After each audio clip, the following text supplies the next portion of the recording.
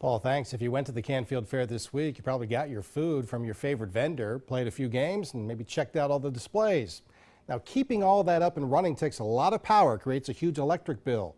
27 First News reporter Nadine Grimley is live in the studio with how much electricity the fair uses in just 6 days.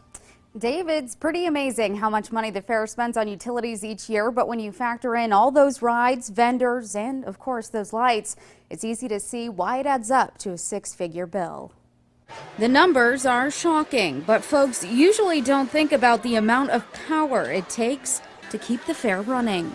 I don't know the exact statistics, but it's got to be a huge quantity of electricity. Probably a gazillion gallons of water. You don't think about the fine details of it all.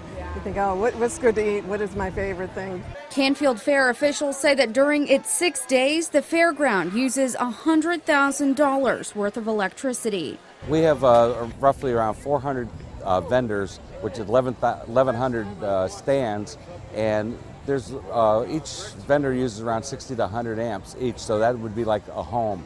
That's in addition to the 6.5 million gallons of water. It takes a lot of money to pay for all the electricity and water used here at the fair. Dickey says that the cost of admission and vendor fees all go towards that big bill. But you know what? It's worth every bit of it.